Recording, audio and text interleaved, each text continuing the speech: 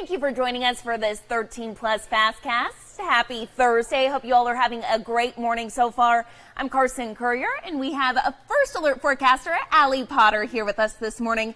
And Allie, today we really need to enjoy those cooler temps because they're going away pretty fast. So, earlier this week, we had the storms, right? So that was nice. Now we're above normal where we should be for monsoon this time of the year.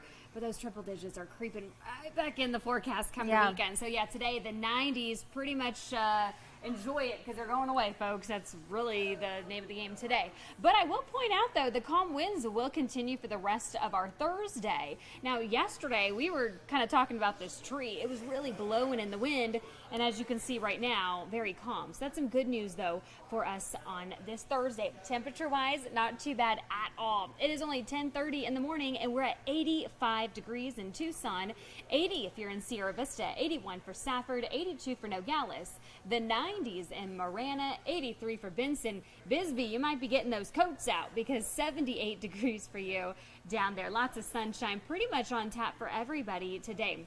Taking a live look at our satellite radar, clear conditions, dry conditions, maybe little clouds here and there, but that's pretty much about it. And that's going to remain really throughout our rest of our afternoon. So spotty showers, though, on and off throughout the day.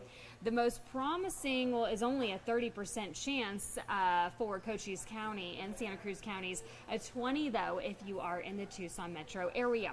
So around that 2 o'clock hour, because that's when those storms really start to pop up, right? So parts of Elfrida, a little spotty in Benson, Tubac, and then a little bit in the South area.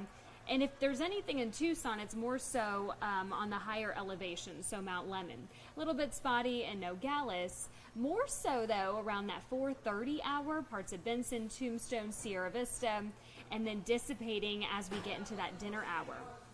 Today's forecast, 98 degrees if you're in Tucson, with a 20% chance for rain. That's the lowest, mind you, that we've seen all week long. 80s, though, for Sierra Vista, 91 if you're in Nogales, and Douglas, 30% chance for rain with a high of 90 degrees. That's 7-day forecast. Enjoy today, like Carson said, because the triple digits make a comeback.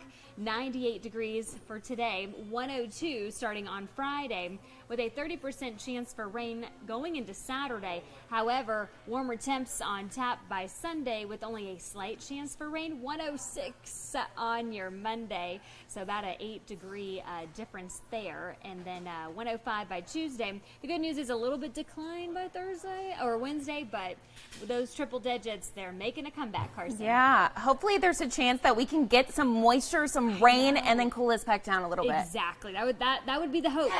Whoa, bless you. Someone's sneezing here in the newsroom. That's live TV for you. Yes. Awesome. Thank you, Allie, so much.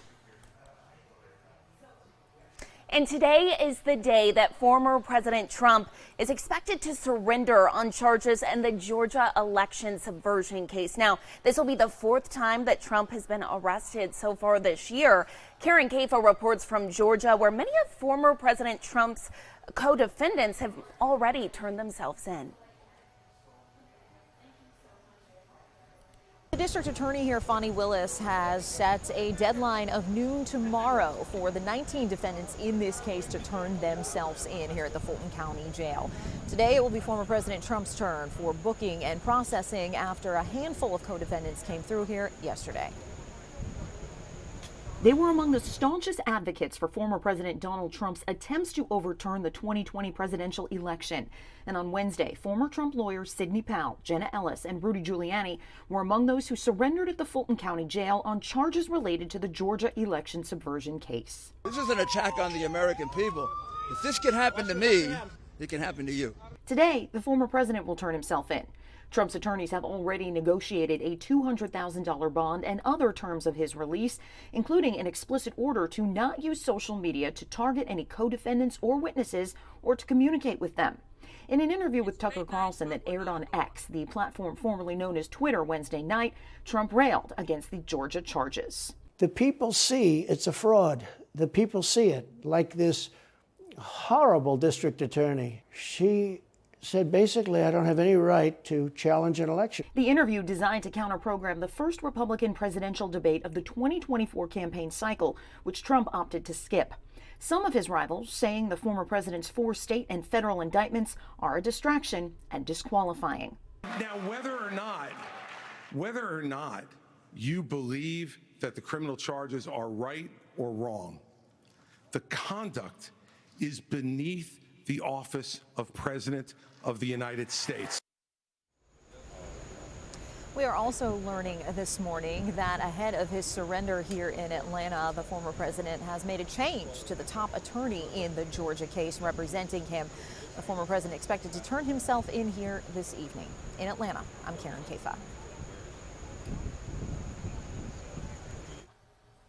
And here you can see Trump supporters were up early this morning showing their support for the former president outside the Fulton County Jail in Georgia. You can see a man running with a Trump 2024 flag this morning. Now, Trump is not expected to arrive until later this afternoon or early this evening. Of course, we'll be watching that for you. We will bring you all the latest updates on him arriving to that jail in Georgia, both on air and online.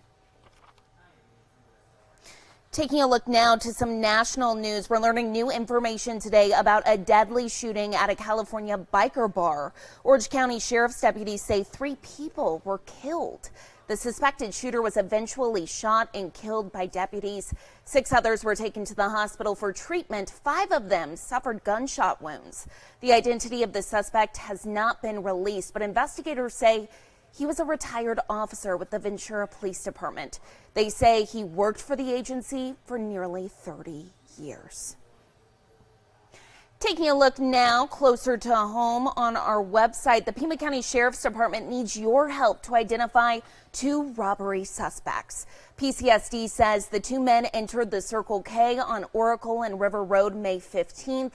Now, if you go to our website, that's KOLD.com, and scroll down here, I'll go ahead and show you as well. We have more pictures of both of these men on our website. Again, PCSD asking if you know who these individuals are.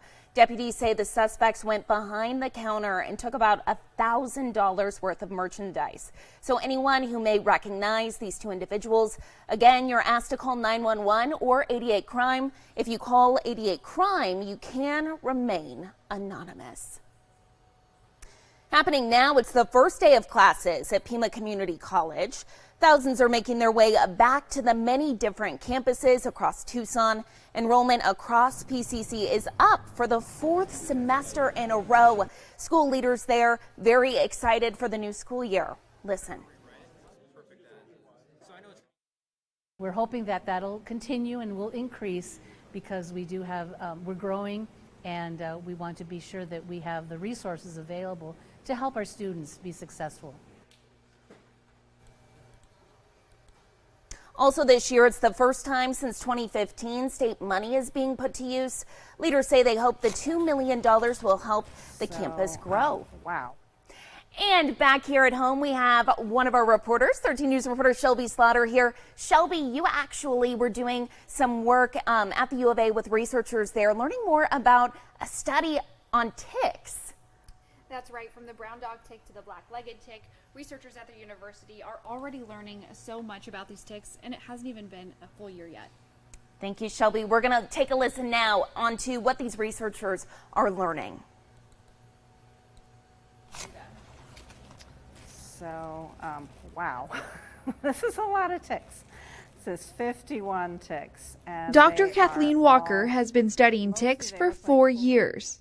Right now, she is leading genetic testing on ticks at the University of Arizona as part of the Great Arizona Tick Check program, an effort to help better understand ticks here in Arizona. The main tick we have in Arizona is the brown dog tick. I think it's in all 15 counties of Arizona, but we don't have proof of that yet. She says right now they need more samples of the brown dog tick from both Santa Cruz and Greenlee counties to help better prove this theory and what diseases they might carry. Thanks to the program, Dr. Walker and her team have already made some interesting discoveries. And these actually we collected ourselves. She says they went up to the mountains in Mojave where they found the black-legged tick that's known to carry Lyme disease. And we not only found them, we found them in the exact same place. So that's a really strong indication that this is a stable population. We still don't know whether they're carrying Lyme disease. We really hope not. And we're going to get them tested once we go back and do a second collection. Dr. Walker says they've also noticed some ticks expanding their range here in the state. But we've certainly found ticks that, like the Rocky Mountain wood tick, in a place that it wasn't known to be before. It's this kind of information that Dr. Walker says will help the program work with the CDC to see how many of these ticks are carrying illnesses and how widespread they are in the state.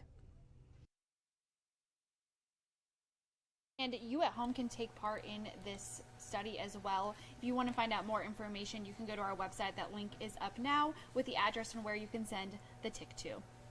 And before we let you go, of course, we have to end on something fun. So Shelby, I know you're the karaoke queen, so we brought this up on our Facebook page. We have a question there. It says, what is your go-to karaoke song? So, of course, I had to ask our very own Shelby Slaughter, what is yours, Shelby?